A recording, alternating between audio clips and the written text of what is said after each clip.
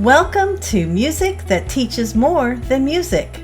Let's look at how music builds reading, math, and something even more powerful, skills for life. Let's begin with reading, starting with a steady beat in Apprentice 1, Kindergarten.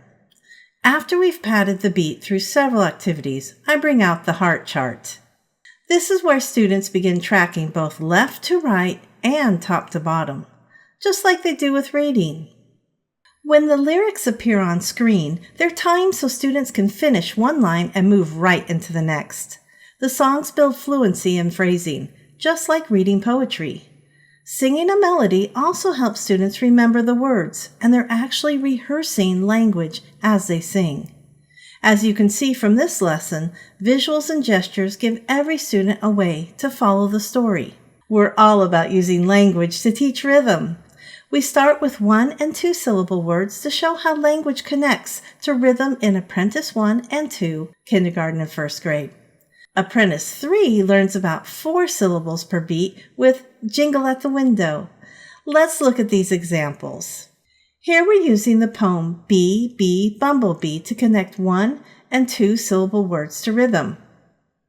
In Apprentice 3, they learn 16th notes, and the song Tidy-O demonstrates this beautifully with one beat having 4 syllables.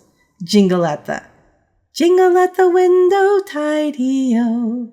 In Maestro 1, they learn some fun syncopation with the song Hill and Gully Rider with Hill and Gully, short, long, short, long. And Maestro 2 learns very advanced rhythms with phrases like Frog in the meadow, can't get him out. Even though it feels like we're just singing, we're also strengthening tracking, phrasing, fluency, and comprehension, all at the same time. Let's take all those syllables and see how it supports math. We'll use a kinesthetic approach. We start with padding the beat, then clapping with the words or rhythm.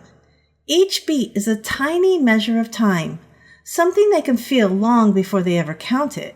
Then the words or syllables help them to subdivide those units of time or beats. As students progress, they feel how beats are organized into patterns, 2s, 3s, and 4s. That's the beginning of meter, and it connects directly to how we group numbers in math. By Maestro 2, students are conducting in 2 and 4 meter, feeling that subdividing and patterns with their bodies. And if subdividing wasn't enough, we even bring in fractions, with pizza, of course, to help students understand time signatures. But these aren't ordinary fractions like in math class. In music, the numbers tell a different story. How many beats are in a measure, and what kind of note gets one beat? It's a whole new way for students to think about fractions, one they can see, feel, and hear.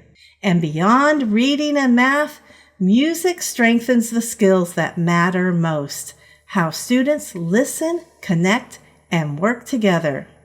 They listen to each other as they sing, matching pitches or blending in harmony. They play different parts on instruments while others sing, learning how their piece fits into the whole. In creative movement, they take turns sharing ideas and responding to one another. And in games, sometimes competitive, sometimes cooperative, they learn both confidence and empathy. Those moments are the heart of social and emotional learning, and music has been teaching them all along. When you think about it, music really does teach more than music. So the next time someone says, "It's just music class," you'll know it's so much more. A place where reading, math, focus, and teamwork all come together through song.